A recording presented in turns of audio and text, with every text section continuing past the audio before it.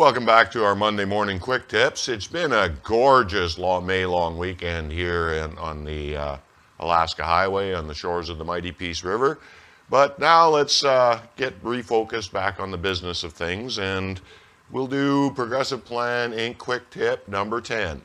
Today, what I'd like to talk to you about is scope control. Let's first take a look at what the entire scope control package looks like. You usually are going to start with some form of risk-based scope review. That's going to create your master scope list. And then you'll have a scope control process, and that's what I want to add here. You'll have, at the bare minimum, you're going to have an added work scope control process. And you're going to have a found work scope control process, and please, please, please always make sure you have a removed work scope control process. Now, specifically what I want to talk about, I'm not going to do the entire subject of scope control as a part of a quick tip. What I want to talk about is there needs to be alignment between your risk-based scope review and your scope control process. And by alignment, I mostly mean the authority levels need to be aligned. So it's quite typical in a risk-based scope review to set your master scope list that the result of that review will be signed off and approved by at least the steering team, and quite often, and it is a good practice, also by the strategy team.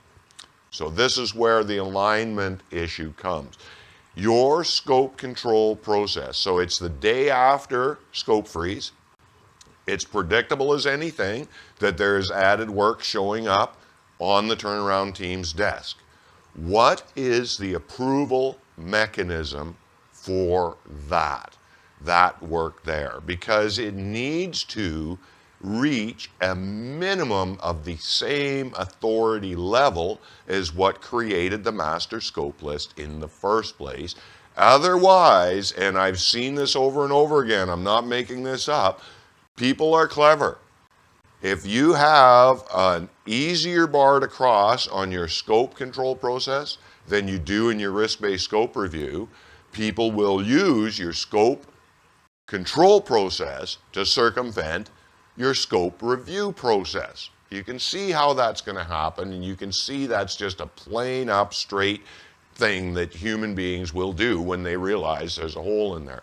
So what this quick tip is trying to advise, make sure your scope control process has a sign off with at least the exact same authority level that your original master scope list was assigned at in the first place.